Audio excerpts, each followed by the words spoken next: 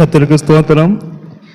கர்த்தரின் தந்த கிருபைக்காய் நான் கர்த்தரை ஸ்தோத்தரிக்கிறேன். உபாகமத்தின் புஸ்தகம் 30ஆம் அதிகாரம் 19ஆம் வசனத்தை வாசிங்க. உபாகமம் 30ஆம் அதிகாரம் 19ஆம் வசனம். நான் ஜீவனையும் மரணத்தையும் ஆசீர்வாதத்தையும் சாபத்தையும் உனக்கு முன் வைத்தேன். இயேசு எல்லா குடும்பங்களுக்கும் முன்பு, அதாவது ரட்சிக்கப்படாத குடும்பங்களுக்கு முன்பு அல்ல, ரட்சிக்கப்பட்டு ஞானஸ்தானம் எடுத்து பரிசுத்த ஆவியை பெற்று அந்த குடும்பங்களுக்கு முன்பு இயேசு என்ன வச்சிருக்கார் என்றால் மரணத்தையும் ஜீவனையும் வைத்திருக்கிறார். எல்லா குடும்பங்களுக்கு முன்பு என்ன இருக்கு? மரணமும் ஜீவனும். ஃபர்ஸ்ட் சபைக்குள்ள வருகிற எல்லா குடும்பங்களும் பரலோகம் போகுமா என்று கேட்டால் 100% என்ன செய்ய முடியாது? சொல்ல முடியாது. பரலோகம் போவதும் போகாததும் அந்தந்த குடும்பங்கள் நடக்கிற நடக்கையை பொறுத்துதான் அந்த குடும்பம் பரலோகம் போகுமா என்பது சொல்ல முடியும். அப்போ பிள்ளையானவனை நடக்க வேண்டிய வழியிலே நடத்து. பிள்ளையானவனை நடக்க வேண்டிய வழியிலே நடத்து. அப்ப என்னதான் நீங்க பிள்ளையில போட்டு அடி அடின்னு அடிச்சு எப்பா படி படின்னு சொன்னாலும் அவன் படிச்சாதான் என்ன ஆவான்? அவன் படிச்சாதான் பாஸ் ஆவான். அவன் படிச்சாதான் மேல் படிப்புக்கு போவான். நம்ம அடிச்சதுனால அவன் மேல் படிப்பு போயிடுவானா? நம்ம அடிக்கிறதுனால அவன் பாஸ் ஆயிடுவானா? இல்லை. அப்ப அவன் படிக்கிறத பொறுத்து தான் அவன் எங்க போக முடியும்? மேல் படிப்புக்கு. இதே போலதான் பாஸ்டர் என்ன உபதேசம் பண்ணாலும், பாஸ்டர் என்ன கடிந்து கொண்டாலும் அதை கேட்டு அதற்கு ஏற்றால் போல நடக்கிற குடும்பம் தான் எங்க போகும்? பரலோகம் போகும். நீங்க இந்த பிரசங்கத்தை கட்டி எவ்வளவு மார்க் போட்டாலும் சரி, மார்க் போடாட்டாலும் சரி, கல்ல தூக்கி போட்டாலும் சரி, ஆனா அந்தந்த குடும்பம் நடக்கிற நடக்கையை பொறுத்து தான் அந்தந்த குடும்பம் பரலோகம் போகும். இப்ப ஏதேன் தோட்டத்துல நீங்க ஆதியாகமம் 2ஆம் அதிகாரம் 9ஆம் வசனத்தை வாசிங்க.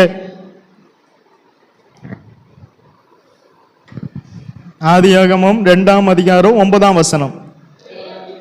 தேவனாகிய கர்த்தர் பார்வைக்கு அழகும் புசிப்புக்கு நலமுமான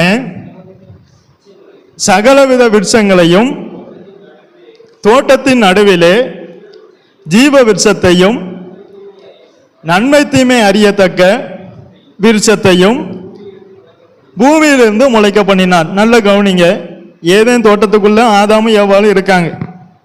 ஆனா இந்த ஏதேன் தோட்டத்துக்குள்ளேயே ரெண்டையும் கர்த்தர் வச்சிருக்கார். எப்பவே வச்சிட்டார்னு பாருங்க. ஏதேன் தோட்டத்துக்குள்ளேயே ஜீவனையும் வச்சிருந்தார், மரணத்தையும் வச்சிருந்தார். ஜீவ விருட்சத்துக்குள்ள என்ன இருக்கு? ஜீவ விருட்சத்துக்குள்ள என்ன இருக்கு? ஜீவன் இருக்கு. நன்மை தீமை அறியத்தக்க விருட்சத்துக்குள்ள என்ன இருந்தது? 17ஆம் வசனத்தை வாசிங்க. ஆனாலும் நன்மை தீமை அறியத்தக்க விருட்சத்தின் கனியை புசிக்க வேண்டாம், அதை நீ புசிக்கும் நாளில்.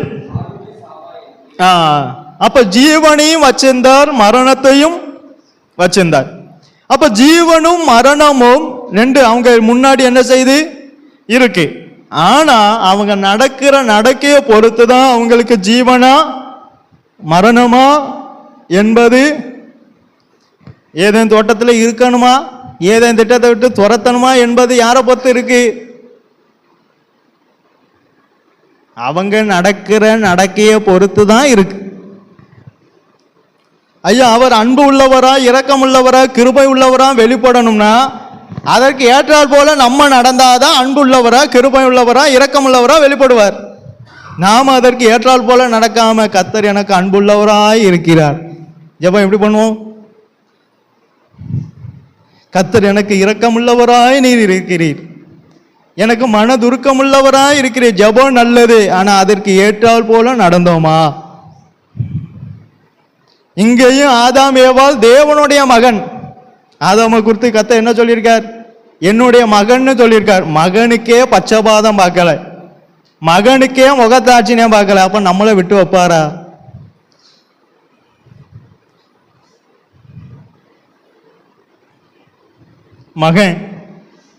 மகனுக்கே அவர் என்ன பார்க்கல யோசுவா? அப்ப நம்ம கதி என்ன ஆகும்? ஆதாம் தேவனுடைய மகன், மகனையே துரத்துதார். நம்ம சொல்றோமே அன்புள்ளவர், கிருபை உள்ளவர், இரக்கம் உள்ளவர், மன அவர் தானே அவர் எப்படி துரத்தலாம்? நீங்க சொல்லுங்களேன். ஐயா சொந்த மகனையே துரத்திட்டார். எதை விட்டு துரத்தலாமா? துரத்தலாமா? நாம என்ன செய்வோம்? எப்பா ராசா நல்லா இருக்கியா, நீ சாப்பிடுப்பா, சாப்பிடலன்னா என்ன ஆயிடுவ?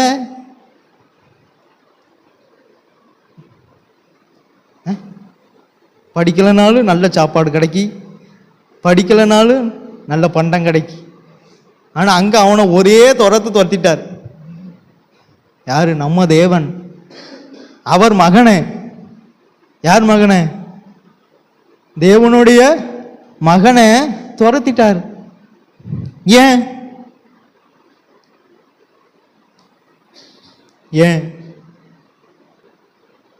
ஆதாம் ஏவாளோடு உலாவின அதே தேவன் தான் நடக்க வேண்டிய பிரகாரம் நடக்காததுனால என்ன செஞ்சிட்டார்? வெளியே அனுப்பிட்டார்.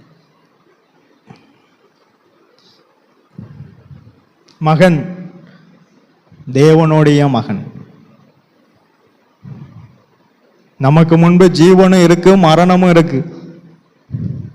பரலோகம் போயிருவோம்னு அசால்ட்டா இருந்தோம்னா பரலோகம் போக மாட்டோம். அந்த வழியில நடந்தாதான் பரலோகம். வேற வழியில நடந்துட்டு நான் இப்ப திருநெல்வேலி போறேன், அந்த வழியில போனாதான் எங்க போக முடியும்? வேற வழியில போயிட்டு நான் எங்க போயிட்டு இருக்கேன்? திருநெல்வேலி போயிட்டு இருக்கேன். பாக்குறவங்க அட முட்டா போயில, நீ எங்க திருநெல்வேலி போற? சாத்தாங்களோ இங்க போகாம அங்க போனா திருநெல்வேலி போயிடலாமா? போயிடலாமா? அப்ப இங்க போறதுக்கு போல நான் அங்க போயிட்டு மூலட்டில் ஒரு அண்ணன் கேட்காங்க, எப்ப எங்க போற? என்ன நான் திருநெல்வேலி போறோம்னா, திருநெல்வேலிக்கு போறதுக்கு இங்க ஏன் போற அப்படின்னு கேட்டா, நான் போறது எங்க? திருநெல்வேலி. ஆனா திசை சாத்தாங்களாம். அதே போலதான் இப்ப அநேக குடும்பங்கள் இருக்கு. பரலோகம் வேணும்னு சொல்லுது, ஆனா திசை எல்லாம் எங்க போகுது? மரணத்தை நோக்கி போகுது. ஆனா என்ன வேணும்? எங்க நான் வெளிப்பாடோட தான் பேசுறேன். பரலோகம் வேணும்னு இருக்கு. சர்ச்சில் இருந்தனால பரலோகம் போகவே முடியாது. என்னதான் ஒரு குடும்பத்துக்காக நான் வசன பிரகாரம் சொல்றேன், மாஸ்டர் தலைகீழ நின்று இருந்து ஜபிச்சாலும் அந்த குடும்பம் நடக்க வேண்டிய பிரகாரம் நடக்கலைன்னா வனாந்தரத்திலேயே சாகும். நான் சொல்லல, வசனத்தை காட்டுதேன். திறப்பின் வாயில நின்னா மோசே, என்ன மாதிரி கூட இல்லை, அவ்வளோ ஜபம் பண்ணார். ஆனா ஜனங்கள்கிட்ட மாற்றம் இல்லை. ஜனங்கள்கிட்ட மாற்றம் வராம ஜனங்கள் பரலோகம் போக, அங்க ஒருத்தன் ஜெபம் பண்ணிட்டு இருக்கான், ஆனா இங்க இவங்க அசட்டை பந்தாங்க. அங்க ஒருத்தன் ஜெபம் பண்ணிட்டு இருக்கான், இங்க கத்தோடைய சத்தத்துக்கு செவி கொடுக்கல. அங்க ஒருத்தன் ஜெபம் பண்ணிட்டு இருக்கான், இங்க இருந்து முறுமுறுத்துட்டு இருக்காங்க. இப்படிப்பட்ட சுவாபத்தெல்லாம் வச்சுட்டு கத்தாவே பரலோகம் தாரும், கத்தாவே பரலோகம் தாருன்னு எங்க தருவாரு? ஐயா அங்க மோசே ஜெபம் பண்ணிட்டு இருக்கார் கத்தட்ட, இங்க இவன் முறுமுறுத்துட்டு இருக்கான். ஜெபம் பண்றது யாருக்கு? இவனுக்கு தான். அப்ப இவன் எப்ப போகணுமா வேண்டாமா? மாஸ்டருக்கு பாரம் இருந்து பிரயோஜனம் இல்லை. உங்களுக்கு நமக்கு நம்மளை குறித்ததானே பாரம் வேணும். மோசேக்கு பாரம் இருந்தது, அது சரி. ஆனா அவரவரை குறித்ததான பாரம் இல்லையானால் அவரவரை பரலோகம் கொண்டு போக முடியாது. ராபோஜனம் எடுத்தாலும் சரிதான், நீ அபிஷேகம் பெற்றாலும் சரிதான், நீ நீ ஞானஸ்தானம் எடுத்தாலும் சரிதான், பரலோகம் போல. போச்சா? போல. நீங்கள் 1 கொரிந்தியரில் வைத்து வாசிக்கலாம், அதில் இருக்குது. இப்போ வாசிக்காதீங்க, வீட்டில் போய் வாசிங்க, அதில் இருக்கு. ஒரே ஞான போஜனத்தை புசித்தாங்க. புசிக்கும் போது நல்லா இருந்தது. எப்படி இருந்தது? அப்போ ஞான பானமும் திராட்சரசம் எப்படி இருக்கு? உம்ரத்தமே உம்ரத்தமேன்னு சொல்லி நல்ல பானம் பண்ணியாச்சு. ஆனால் என்ன கிடைக்கல? ஏன் கொடுக்கலாமே? ஐயா ராம்போஜனை எல்லாம் எடுக்கான ஏன் கொடுக்கல கர்த்தர்? ராம்போஜனை எடுக்கனாலையும் பரலோகம் போயிடலான்னு. அப்போ எதில் தான் ஃபர்ஸ்ட் பரலோகம் இருக்கு? நம்ம கையில் தான் இருக்கு. யார் கையில்? நம்ம இருக்கிறத பொறுத்து தான் நமக்கு பரலோகம்.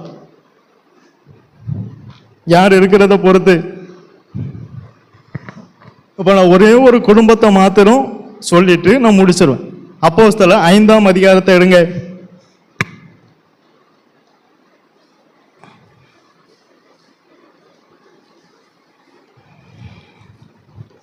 இங்க ஒரு சபை இருக்கு. பேதுருனுடைய பிரசங்கத்தை கேட்டு 3000 பேர் ரட்சிக்கப்பட்டு சபைக்குள்ள வந்த இந்த சபை நல்ல எழுப்புதல் உள்ள சபை, தீயாய் இருந்த சபை. ஆனா அந்த சபைக்குள்ள வந்தாலும் அங்கேயும் ஒரு குடும்பம் எப்படி இருக்கு?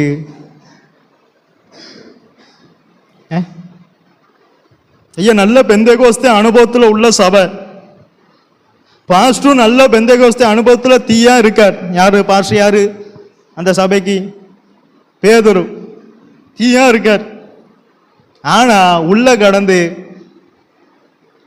ஒரு குடும்பம் கொசன்னு அறிக்கை.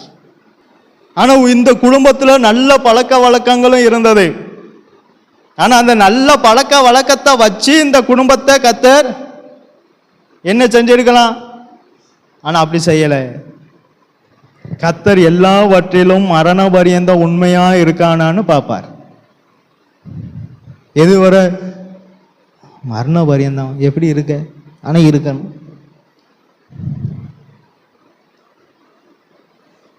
இருக்கணும்.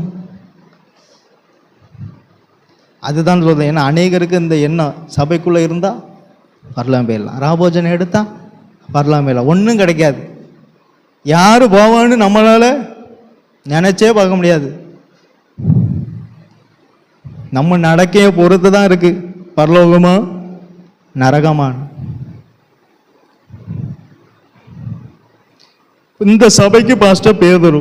ஆனா இந்த சபையில ஒரு பொதுவான ஒரு காரியம் வருது. வாசிங்க அப்போஸ்தலர் 4ஆம் அதிகாரம் 32 முதல் வாசிங்க.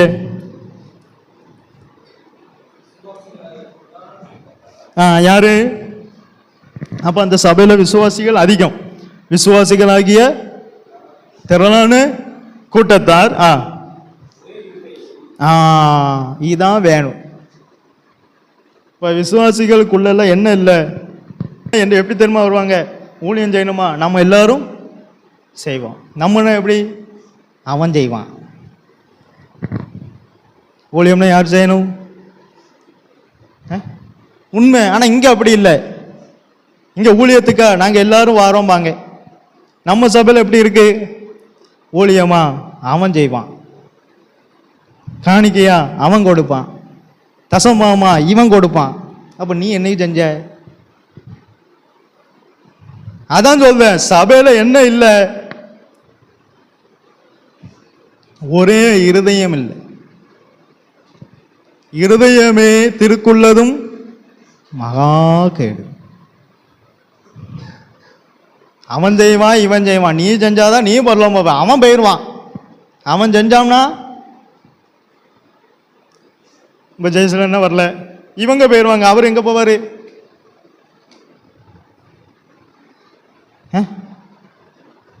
ஐயா அவன் செய்வான், அவன் செய்வான்னா அவன் செய்வான். நம்ம என்னைக்கு செய்ய? ஓந்தலையில நீ ஏன் மண்ணாளி போட்டா? அது பாஸ்டர் தலையில நின்று ஜெபம் பண்ணாலும் அது மாறாது. மாறாது.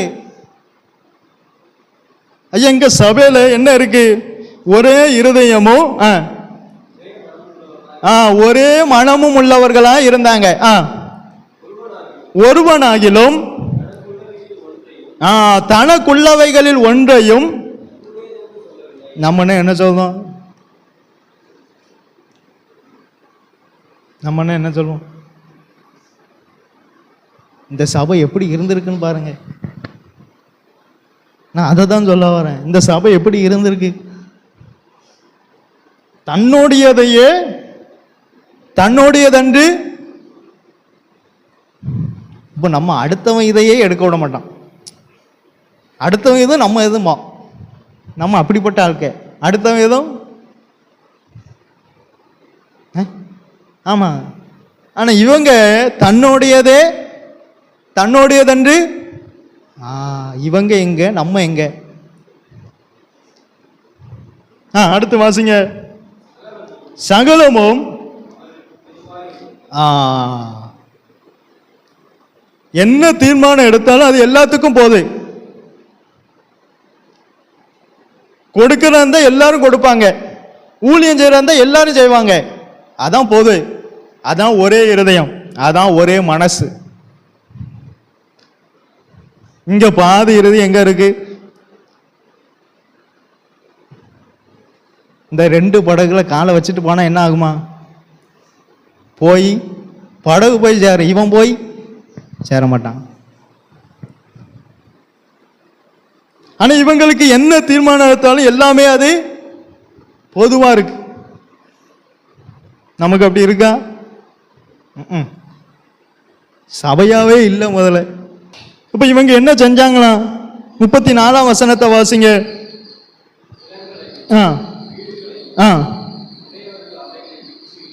அவைகளை விற்று விற்கப்பட்ட எங்க கொண்டு வருவாங்க? ஏன்னா இப்படி எல்லாம் செய்யுங்கன்னு சொல்ல, நான் சொல்ல வரத நல்ல கவனிங்க. என்ன செய்வாங்களா இவங்க? விற்றத இங்க விற்கிறதும் தெரியாது, வாங்குறதும் பாஸ்டருக்கு ஒன்றும் தெரியாது. எப்போ தெரியும்? 2 வருஷம் 3 வருஷம் கழிச்சுன்னா, அந்த வருஷமே வித்தோம்ல பாஸ்டர், நீ எங்க சொன்ன? எந்த வருஷமே வித்தானா? இனிமே இவன் சொன்ன மாதிரியும் வித்ததே இப்போ பாஸ்டருக்கு தெரிய மாட்டேங்குது. ஆனா இங்க வித்ததெல்லாம் கரெக்டா கொண்டு வந்து எங்க வைக்காங்க? உங்களுக்கு எவ்வளவு சம்பளம்னே பாஸ்டருக்கு தெரிய மாட்டேங்குது. கேட்டா பாஸ்டர் என்ன சொல்லிடுறது? பாஸ்டருக்கு பண ஆசை வந்துட்டு. என்ன ஆசை? ஆமா, இவங்களுக்கு எந்த ஆசையும் இல்லை. பாஸ்டருக்கு தான் என்ன ஆசை வருது? பண ஆசை, அந்த ஆசை, இந்த ஆசைன்னு வருது. ஐயா, இவன் வித்ததெல்லாம் இங்க உள்ளவங்க எப்படி இருந்திருக்காங்கன்னு பாருங்க. விசுவாசிகள் எப்படி இருந்திருக்காங்கன்னு பாருங்க. வெளியரங்கமா இருந்திருக்காங்க, சர்ச்சில் பாஸ்டர் கிட்ட ஓப்பனா இருந்திருக்காங்க. இப்போ உள்ள விசுவாசி அவர் கிடக்கார், அவருக்கு எல்லாம் என்ன தெரியாது, எவ்வளவு சம்பளம் தெரியாது, கொடுக்கறத கொடு, அவர் வாங்கிட்டு பல்ல காட்டிட்டு அந்த அன்னைக்கு போயிடுவார். உண்மை. இப்போ சபை இப்படி தான் இருக்கு. நீங்க எனக்கு மார்க் போட்டாலும் சரி, மார்க் போட்டாலும் சரி, எனக்கு அது விஷயம் கிடையாது. நான் எழுதுனது வேற. ஐயா, வித்ததை எல்லாம் கொண்டு வந்து எங்க வைக்காங்க? முதலாவது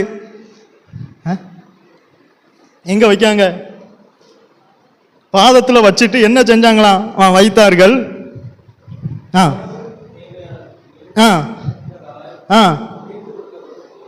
இவங்க பகிர்ந்து கொடுக்கறத அவங்க வாங்கிட்டு போனாங்களாம். அப்ப எப்படி இருந்திருக்கு? நான் இப்படி இருக்கணுங்கிறத விடுங்க, எப்படி இருந்திருக்குன்னு பாருங்க. இவங்க கொடுத்தத, பகிர்ந்து கொடுத்தத அவங்க வாங்கிட்டு போனதுனால என்ன சொல்றாங்க? அவர்களில் ஒருவனுக்கும்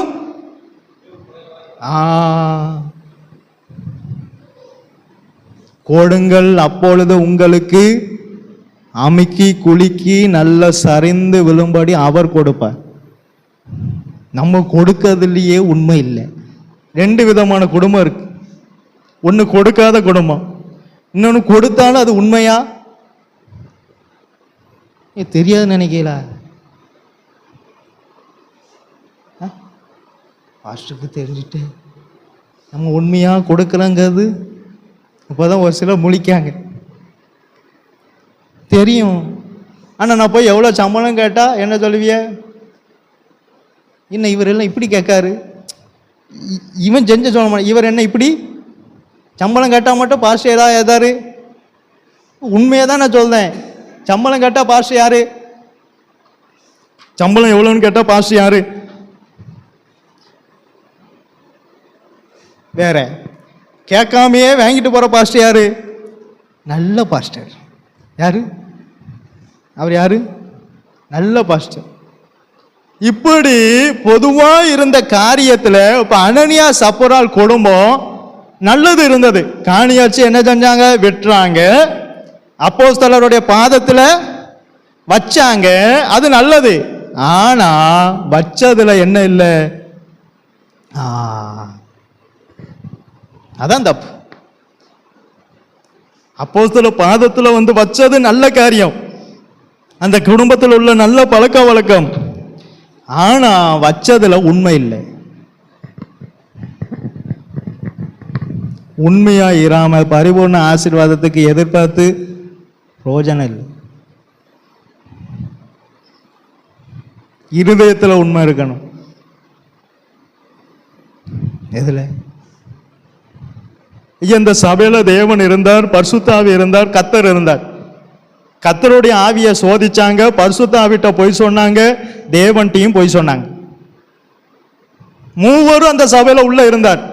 அந்த வசனத்தை நீங்க வாசித்து பார்த்தா 11ஆம் வசனம் வரை நீங்க வாசித்து பார்த்தா 3 பேரும் உள்ள இருந்தாங்க. கர்த்தர் இருந்தார், தேவன் இருந்தார், பரிசுத்த ஆவி இருந்தார்.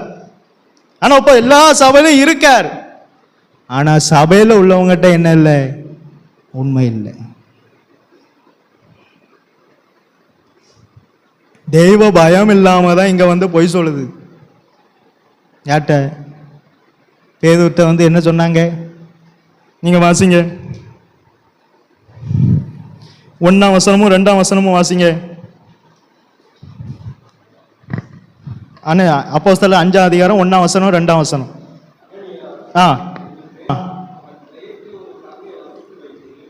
இது யாருக்கு தெரியுது? மனைவிக்கு தெரியுது. நம்ம ஒரு பங்கை சிலர் வீட்டில் வச்சு யோசிப்பாங்க தெரியுமா? இங்கே பாஸ்டர்கிட்ட கொடுக்க போகும்போது இவ்வளோ கொடுப்போமா? ஐயா, அவனவன் தன் மனதில் நியமித்தபடி கொடுக்க. அது ஏன் அர்த்தம் அவங்ககிட்ட கேட்கும்? இவ்வளோ கொடுப்போமா? இவன் வீட்டில் வச்சு காணியாச்சியே வித்திருக்காரு. ஆனால் அங்கே 4ஆம் அதிகாரத்தில் ஒரு சில விசுவாசி குடும்பம் வித்ததெல்லாம் கிரயத்தெல்லாம் கொண்டு வந்து அப்போஸ்தலர் பாதத்தில் வச்சுட்டாங்க. ஆனால் அதே சபையில் இருந்த ஒரு குடும்பம் வித்துச்சு, ஆனால் கிரயத்தை எல்லாம் கொண்டு வரல. ஒரு பங்கை வஞ்சித்து வைத்து ஒரு பங்கை கொண்டு வந்து அப்போஸ்தலர் அப்ப எவ்வளவு பயம் இல்லாம செஞ்சிருக்காங்க.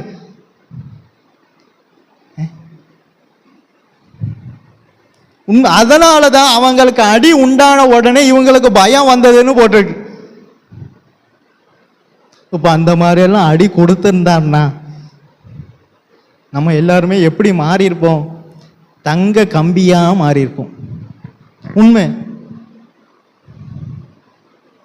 ஐயோ, உடனே ஸ்பாட்லயே ஜீவன் போயிட்டு, 2ஆம் மரணம் ஜீவன் போயிட்டு. ஜீவனுக்கு தான் வந்தது, சபைக்குள்ள வந்தது ஜீவனுக்காக, மரிப்பதற்காக அல்ல, 2ஆம் மரணத்துக்கு போவதற்காக அல்ல, பரலோகம் போகணும். பரிசுத்தமா வாழ்ந்தா பரலோகம், நல்ல வசனம் படிச்சு ஜெபம் பண்ணா பரலோகம். இதுலயும் உண்மை இருக்கணும். எப்படியும் சிலருக்கு பிடிக்காது, தெரியும். இதுலயும் உண்மை இருக்கணும். ஆமா, அதனால தானே கேட்க மாட்டேன். எவ்வளவு சம்பளம் கேட்டா உடனே பாஸ்டுக்கு அது வந்துட்டு இது வந்துட்டு. அது எதுக்கு நமக்கு? இன்னும் யோசுவா சொல்லுதான். இப்போ உனக்கு நான் எவ்வளோ சம்பளம் கேட்டேன், நீ எவ்வளோ கொடுக்கணும்னு எனக்கு தெரிஞ்சா நான் என்ன சொல்வேன்? இவர் இவ்வளோ கேட்பாரு அப்படிமா. உண்மை. அவன் உண்மையா தேவனுக்கு கொடுத்தா அதுக்குரிய ஆசீர்வாதம் அவனுக்கு வரும். அவன் என்ன நினைக்கான்? தேவனுக்கு கொடுக்கிறதா நினைக்கல, பாஸ்டுக்கு கொடுக்கிறதா நினைக்கான். இங்க பாதத்துல வச்ச உடனே பேதுரு சொன்னது, அப்ப என்கிட்ட நீ போய் சொன்னு சொல்ல, பரிசுத்த ஆவியின் இடத்துல நீ போய் சொல்லிட்டேன்னார். அப்ப அனனியா சப்புரால் குடும்பத்துக்குள்ள தேவன் என்கிற ஸ்தானமே இல்லை. ஏதோ பாஸ்டருக்காக கடமைக்காக கொடுக்கணும், கொடுத்தாங்க. ஆனா கொடுத்ததுல உண்மை இல்லை. 2 குடும்பம் இருக்கு. ஒன்னு கொடுக்காத குடும்பம், இன்னொன்னு கொடுத்தாலும் கொடுத்ததுல உண்மை இல்லாத குடும்பம். கர்த்தர் கொடுத்ததை பார்க்க மாட்டார், கொடுக்கிறதுல உண்மை இருக்கான்னு பார்ப்பார்.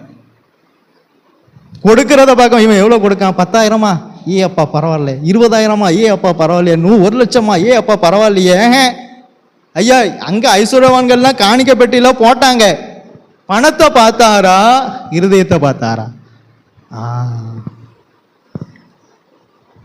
ஏழை விதவை போட்டதுல உண்மை இருந்தது, ஆனா ஐஸ்வர்யவான் போட்டதுல உண்மை இல்லை. இயேசு பணத்தை பார்க்க மாட்டார், நீ உண்மையா கொடுக்கிறாயா என்பதை தான் பார்ப்பார். நீங்க ஒரு வசனத்தை வாசிங்களேன். 2 நாளாகமம் 31ஆம் அதிகாரம் 12ஆம் வசனத்தை வாசிங்க.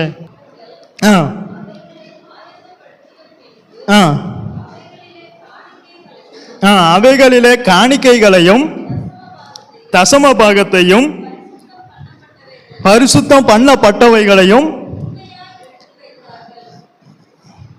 இயேசு எதை எதை கொடுப்பான்னு பார்க்க மாட்டார், எதை எதை கொடுக்கானோ அதுல உண்மை இருக்கான்னு பார்ப்பார். காணிக்கையில, தசம பாகத்துல, முதல் பலன்ல எல்லாவற்றையும் உண்மையா எடுத்து வச்சிருக்காங்க.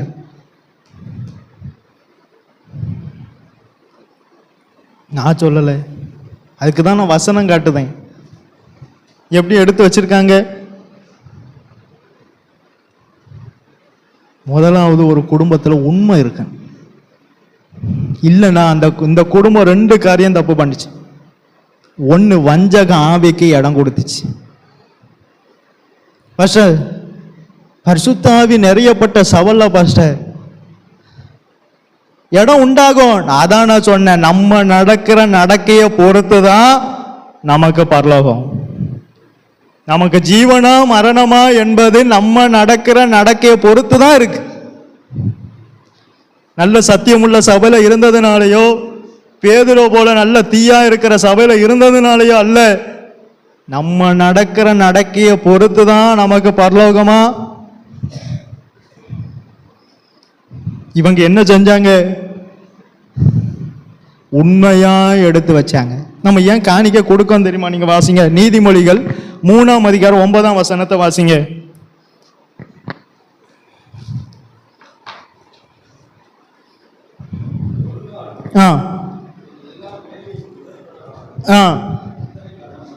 நீ கொடுக்கிறது எதுக்கு? பாஸ்டர் சாப்பிட்டு நல்லா பழுகி பெருகி பூமியை நிரப்பட்டும்னா, ஐயா, நீ உன் பொருளாலும் உன் எல்லாவித முதல் பலன் என்னது? அதெல்லாம் சொன்னா நிறைய சொல்லலாம். எல்லாவித முதல் பலனாலும் தேவனை கனம் பண்ணு.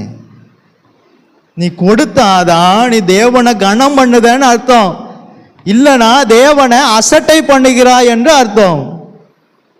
பாஸ்டருக்கு ஒண்ணு இல்லை, பாஸ்டருக்கு காக்கா வரலன்னா சாரி பார்த்து விதவை இருப்பா, சாரி பார்த்து விதவையும் போச்சா தூதன் வருவார், தூதனும் போனார்னா கர்த்தரே வருவார். அது விஷயம் இல்லை. இங்க என்ன விஷயம்?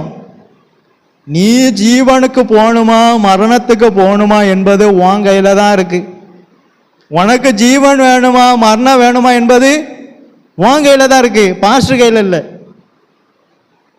ஒண்ணு கொடு, கொடுத்தா உண்மையா கொடு. யாருக்கு?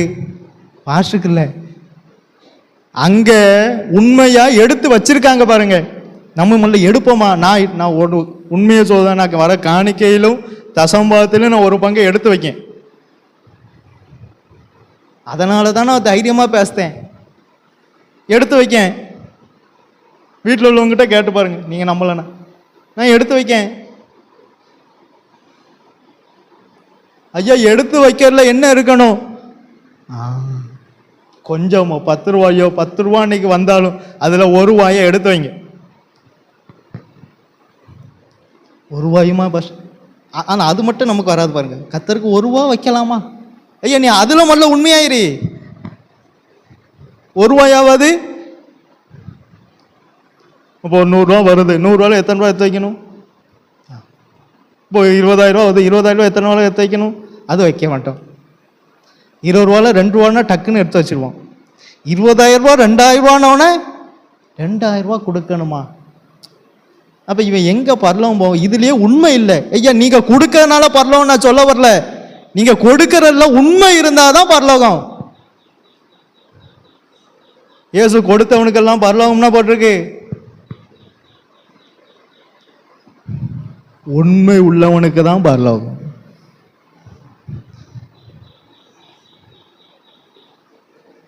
கடைசியா வாசிங்க. ஏன் அப்போ யாத்திராகமம் 25ஆம் அதிகாரம் 2ஆம் வசனத்தை வாசிங்க.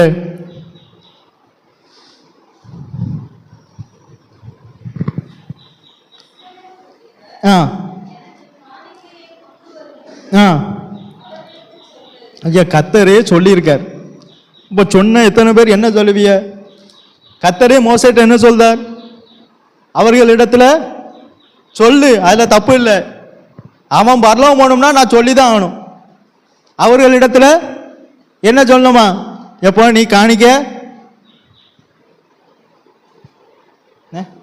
அங்க என்ன போட்டிருக்க? திரும்ப வாசிங்க.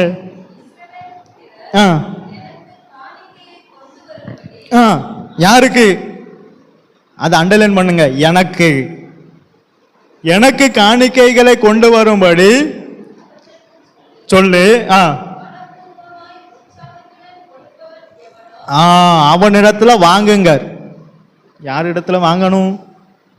மனப்பூர்வமாய். அப்ப இயேசு எதை பார்க்கார்? கொடுக்கிற ரூபாயை பார்க்கல.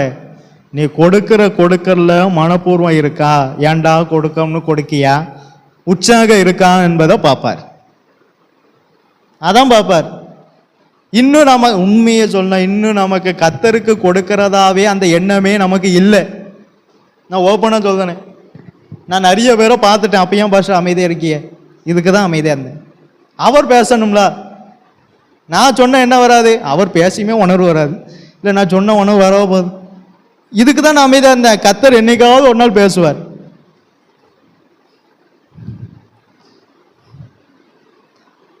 கொடுங்க. கர்த்தர்கிட்டேருந்து எதிர்பார்க்கிறது நல்லது. நம்ம என்ன செய்தோம்? பாஸ்டர் கொடுத்தும் கர்த்தர் எனக்கு ஒன்றும் கொடுக்கலையா? அப்ப கர்த்தர் இன்னும் ஒன்ட்ட வேற ஏதோ எதிர்பார்க்காருன்னு அர்த்தம். இன்னும் நிறைய காரியங்களை உன்னிடத்துல எதிர்பார்க்காருன்னு அர்த்தம். அதை நீ செய். இதை கொடுத்துட்டு நம்ம எதிர்பார்ப்போம். கர்த்தாவே நான் உமக்காக கொடுக்கேனே, எனக்கு ஒரு ஆசீர்வாதமும் ஏய்யா நான் என் வாழ்க்கையில நான் அனுபவப்பட்டதான் சொல்றேன். இன்னும் நம்ம இடத்துல வேற ஏதோ எதிர்பார்க்காருன்னு பார்க்கணும். அதையும் செய்யணும். என்னடா இது, பரலோகம் போகணும்னு வந்தேன், இவ்வளவு தூரம் இருக்கு. எவ்வளவு தூரம்? இவ்வளவு தூரம் இருக்கு. நீங்க கடைசியா அப்போஸ்தலர் 4ஆம் அதிகாரம் 36, 37 வாசிங்க.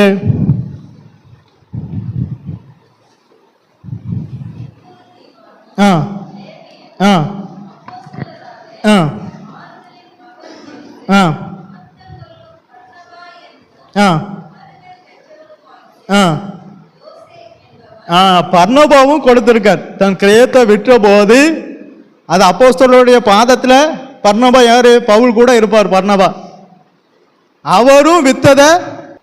கடைசியா நீதிமொழிகள் 18ஆம் அதிகாரம் 21ஆம் வசனம். நீதிமொழிகள் 18ஆம் அதிகாரம் 21ஆம் வசனம். மரணமும் ஜீவனும் நம்ம நாவல தான் இருக்கு. அனனியாக்கு சபினாலுக்கும் மரணம் வேணுமா ஜீவன் வேணுமா என்பது அவன் நாவல தான் இருந்திருக்கு. அதான் சொல்லுது, நாவு ஆயுள் சக்கரத்தை கொளுத்திரும். பரிசுத்த ஆவிட்ட வந்து பொய் சொன்னார் நாவு. இந்த நாக்கில் தான் நம்ம நாக்கில் தான் நமக்கு மரணமும் ஜீவனுமே வச்சிருக்காராம். யார் நாக்கில்? யோசுவா நம்ம நாக்கில். இப்போ பாஸ்டர்கிட்ட இவன் போய் சொல்றான். எது போய் சொல்லுது? நாக்கு. அவனுக்கு மரணமும் ஜீவனும் எங்கே இருக்கு? அவன் நாக்கில் தான் இருக்கு. வாசிங்க. மரணமும் ஜீவனும் நாவின் அதிகாரத்தில் இருக்கிறது. அது நீ எதுல பிரியப்படுதையோ அந்த கனியை தான் நீ பூசிப்ப. உண்மையில பிரியப்பட்டா அந்த கனியை நீ பூசிப்ப. பொய்யில பிரியப்பட்டா அந்த கனியை தான் நீ பூசிப்ப. எதை விதைத்தாயோ அதை தான் நீ அறுப்ப. அதுக்கப்புறம் போய் கத்தட்ட போய் என்னத்தை போய் கேட்கறது? நம்ம விதைச்ச விதை தப்பா இருந்தா தப்பா தானே அறுப்போம். ஐயா, கத்திரிக்காய் விதை விதைச்சா கத்திரிக்காய் தானே வரும். நான் வெள்ளரிக்காய் விதைனா கத்திரிக்காய் விதைன்னு நினைச்சு வெள்ளரிக்காய் விதை விதைச்சா வெள்ளரிக்காய் தானே வரும், கத்திரிக்காய் வரும். ஐயா, கத்திரிக்காய் விதைய விதைச்சா கத்திரிக்காய் தானே வரும். நம்ம வாங்கிட்டு வரும்போது கத்திரிக்காய் விதை கேட்காம வெள்ளரிக்காய் விதை வாங்கிட்டு வந்து கத்திரிக்காய் விதெல்லாம் விதைச்சேன், எனக்கு கத்தர் என்ன தந்துட்டார்? வெள்ளரிக்காயில தந்துட்டார்னா இது என்ன நியாயம்? ஐயா, நீ எதை விதைக்கியோ அதை தான் நீ அறுப்ப.